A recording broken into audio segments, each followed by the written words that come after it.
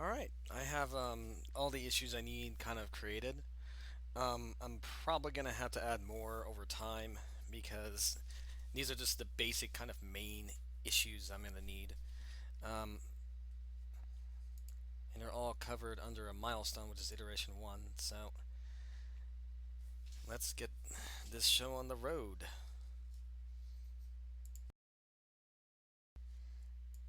Okay, I just started working on the configuration issue. Um, this is what I have so far. I just got done with what I need. Here's the source code. I'm using JSON CPP to load up the configuration file. Um, if you look at system,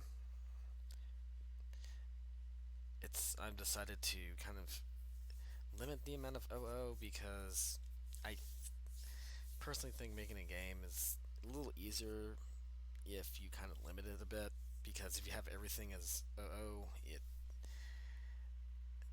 becomes unmaintainable. Just from personal experience. Well, enough of that.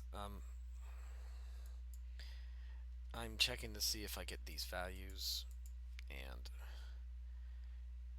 here is just the configuration file itself. I do check for a type.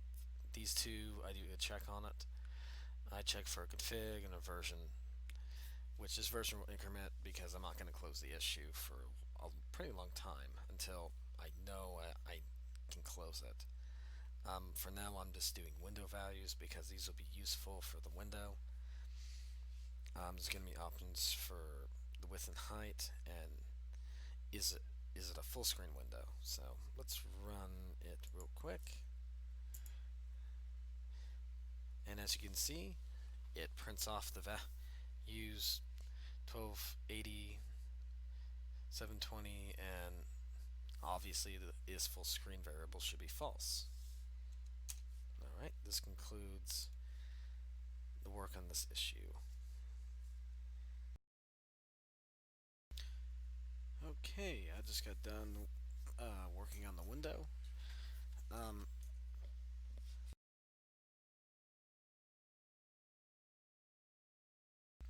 excuse me. I just got done finishing up the window. I made it where it will work with the configuration functions. I guess I'll show the code of it real quick. It's a pretty simple interface. I do have a class here. I'm using this for callback. This is used for registering event callbacks, which this will be useful for both the user input interface and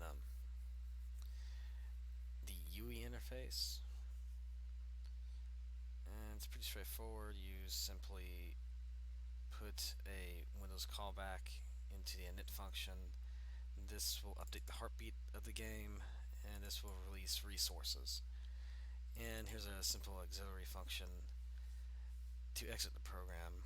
I also had to add in a captions in the config file. So let me show you the internal source code real quick. Um, it's fairly straightforward. I also added timing to basically make sure that we don't have any issues with a higher end machine. I'm using OpenGL 4. It checks this to see if I need to set it to full screen or windowed. Okay, the context on here. I initialize glue right here because I'm going to need it.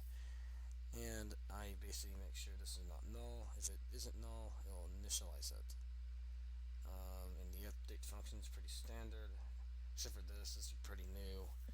I started doing more functional programming in C++, and I'm really loving it. It makes things so much easier. Now, what this is doing is basically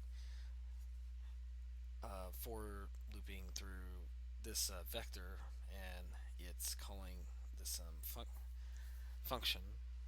Um, then I check it again, do updates, fix updates.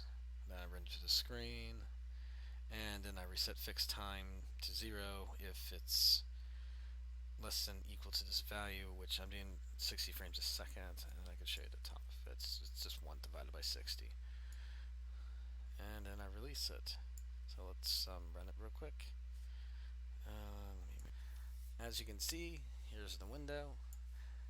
This right here is just calling something for a fixed update. So yeah, I got this done. Well, let's move on.